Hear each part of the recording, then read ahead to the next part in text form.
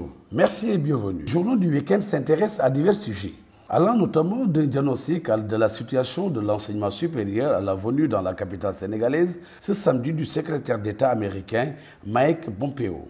Évoquant la situation des universités publiques du Sénégal, Walf Quotidien diagnostique un grand corps malade à sa une. Ce serait une lapalissade de dire que les universités publiques du Sénégal croulent sous le poids des difficultés. Entre effectifs pléthoriques, maigres ressources financières, manque de personnel enseignant suffisant. La situation dans les établissements supérieurs publics de notre pays n'est pas reluisante, souligne le journal en rendant compte d'un atelier consacré au sujet. La même actualité est traitée en priorité par l'As Quotidien, lequel s'appuie sur un tableau dressé par le syndicat autonome de l'enseignement supérieur SAES. Le journal déplore ainsi une phase hideuse des nouveaux temples du savoir, une allusion aux dernières universités mises en service à travers le pays, notamment à Ziguinchor, Thiès, Bambey.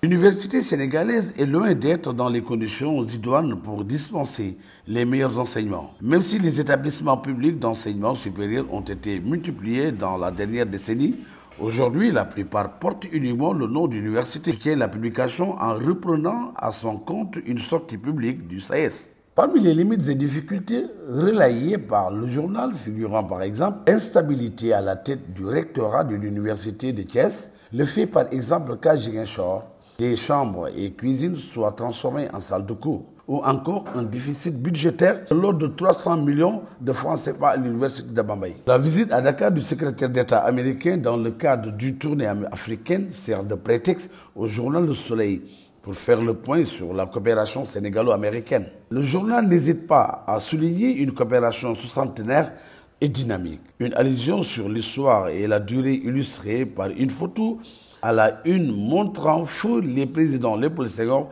et John Kennedy. La publication annonce concrètement la signature de 5 accords avec les autorités sénégalaises en marge de la visite du diplomate américain qui sera également reçu par le président Macky Sall et le ministre des Affaires étrangères Amadou Ba. Étant un diplomate américain, la publication fait savoir le choix du Sénégal en même temps que 2 autres pays africains.